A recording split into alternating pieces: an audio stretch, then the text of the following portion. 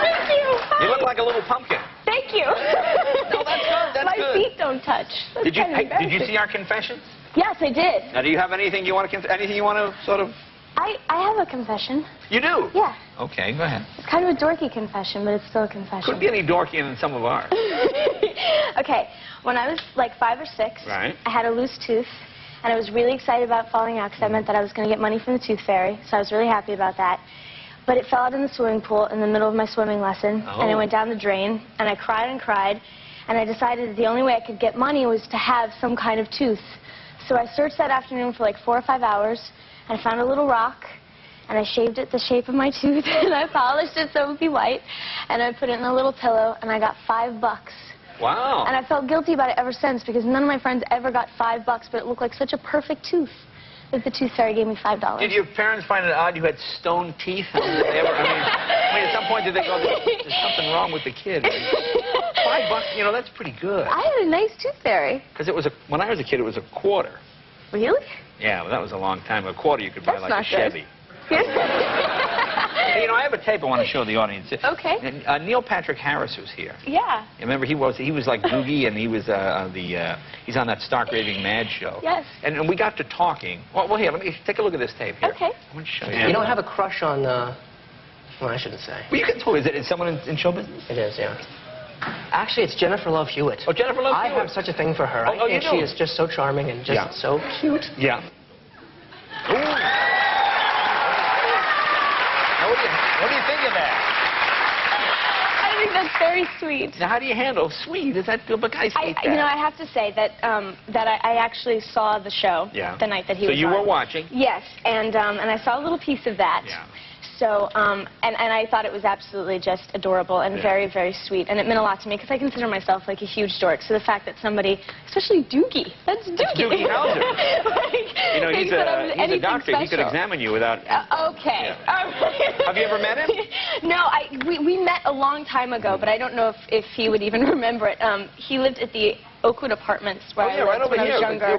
Yeah, and it was right when he was doing Doogie, and me and my friends like stalked him for like 2 weeks because he was Doogie. He was like an older guy. Followed him around the apartment. Did you live there too? Yeah. You know, that's where all the show business. It's like Children of the Dam. They're all show business people live there. They go. Because when I go over there, put me on a show, and they, you know, the kids come out and they sing the Good Ship Lollipop. It's like a horrible thing. It's like these children, look at me, Mr. One, look at me, and they're playing the spoons and. It's a very sad place. Oh, yeah. But you must get that a lot now. Do you get a lot of men hitting on you all the time? Don't tell me really? no. Oh, come on. No, I don't, really. Like, what's the worst line? Have the guy just said something and go, oh, this is such a pitiful pickup I had a guy pull up to me on my way to work in Culver City. I was in my convertible and the top was down, and I was like, And you drive like that, do you? Yeah, just like this. And I was dancing, having a good time. And this guy pulled up next to me, and he goes, hey, am I close to Vegas? I'm like, you're in Culver City. No, you're not close to Vegas. I was like, what are you talking about? And then he just like kept staring at me with this creepy look on his face, and I realized that he was kind of hitting on me. It took you a while to catch on. It did. Well, I don't think about that stuff. Have you ever used a line on a guy? I mean, has there been a guy you liked that you approached and just said some stupid thing? Or No. No, really? No, I can't. No? I don't know really how to talk to guys that well. But see, girls don't have to. They just have to stand there. You know, and then the guy comes over and he makes the first stupid move, and then the girls. The worst thing, though, is when there are two girls, and the guy says something. You hear this? That's like the worst. It's like the most horrible thing in the world. I'm sorry. Well, you do that. See, but you do that. You see, you're one of the girls. I'm one of the girls. I'm like the kid in the Carrie movie. All right.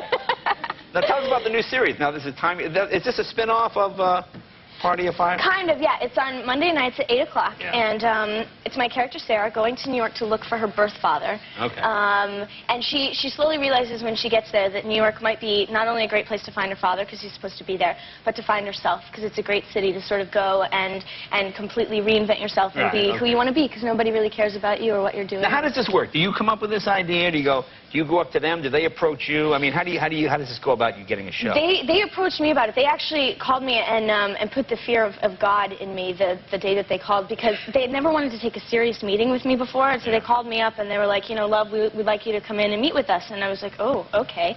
So I thought for sure I was going to get fired, because I had been waiting, like, you know, because I giggle a lot on the set and everything, so I was just waiting for them to say, give her the boot.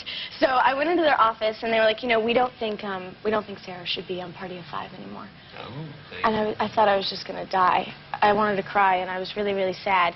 And they said, because we wanted to go to New York, and we want to give you your own show. Because we want to give you your own show. And then the curtain opens, and they come out with beautiful gifts and some lovely parting gifts. It was really fun, though. It was nice. No, that's cool. Yeah. Now, what are you doing for Halloween? That's kind of a Halloweeny. Are you a costume? Do you have a costume? Yeah, I'm going to be an Indian princess. Indian princess, okay. Yeah. And what is the costume? How? It's an interesting costume. It's a deerskin bikini bra. Oh, like Princess Bareback, apparently. And a deerskin loincloth. A deerskin loincloth? Yes, with little moccasins and long braids and a little feather. Oh. And they're painting my body in bronze and gold. They being? Hair and makeup people. Oh, it's not guys coming in. No. Oh, okay. My friends. Oh, I see. Now, do you invite show business friends, or is it like regular? No, it's just like family and friends are going to come. Family and friends. Okay. Yeah, and we're having like a costume contest and everything. It should be fun. Do you go trick-or-treating? I do. I love trick-or-treating. Really? With the little loincloth princess? Yeah. Maybe I'll put on a jacket. Yeah, you get a little big for that. Yeah. But I like it. It's fun. Okay. And you have your birthday. You're going to be 21 soon? 21. I know. You've been coming here since you were a little kid. I know. I know. I'm like your dad. I know. Well, listen, I'm very proud of you. Thank you very much. Congratulations on your new show and all the success. Jennifer Love Hewitt.